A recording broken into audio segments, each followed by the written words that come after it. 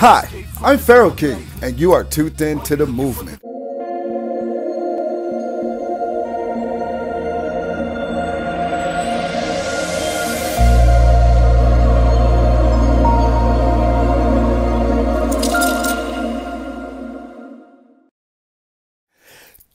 XYZ. Yeah! So my friends, I have a conversation for you. We're gonna get it.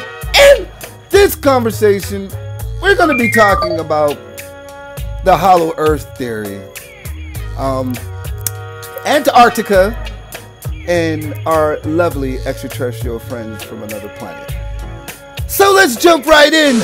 Yes, I want to talk about Antarctica today. Reason being because it's like space, right? There's a treaty amongst all these nations, and particularly a lot of them don't like each other. But for some strange reason, they have come to an agreement about certain things. One being space, another being Antarctica. Now, that's very curious because I'm always like, okay, so we could have a war with each other. But when it comes to space and Antarctica, we could agree to disagree? Something's weird here. We should examine these situations. I mean, I've spoken about a guy named Admiral Byrd, a highly decorated officer in the naval forces. He was in the Navy? Yeah, I believe it was the Navy. And from what I've heard and from what I've read, that Admiral Byrd flown into Hollow Earth. Actually, he was greeted by some extraterrestrials that flew him inside of Hollow Earth after his navigation and his radio frequency was scrambled and he lost contact for a few hours. I don't know if it was days or hours. Now, that's very strange. He might as well have just flown into the Bermuda Triangle, if you ask me. Because nobody's disappearing, then reappear back in the sky a few hours later and make contact, right? Now, Admiral Byrd was told by these extraterrestrial beings, right? Giants, about certain things that they just could not allow. One being atomic energy, war, atomic war. Blowing up this planet is not a good idea for all of us, even the species that are living here in the ocean and inside Hollow Earth. Hollow Earth is always going to be a very interesting story because is it real? Debatable. But is it false? Probably highly unlikely. I don't believe it's false. I believe it. You don't have to believe, but just do your own research and you will see that there's a congregation, right, of a whole bunch of different nations that necessarily don't agree with each other. Maybe even war with each other.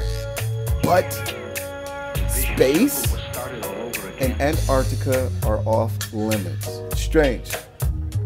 Antarctica is filled with lots of resources, oil, minerals, but for some strange reason untapped. With all these greedy people, do you believe that this place would be untouched, if not for a higher reason? Interesting, right? Think about it. Okay, so yeah, man. Back to my lovely affair of aliens and whatsoever. You know, guys, this alien thing, man, is something that we all would never be able to understand. But yet we do. I mean, we just have to live with the fact that we've been lied to the majority of our lives. From the tale of the tapes, from our military.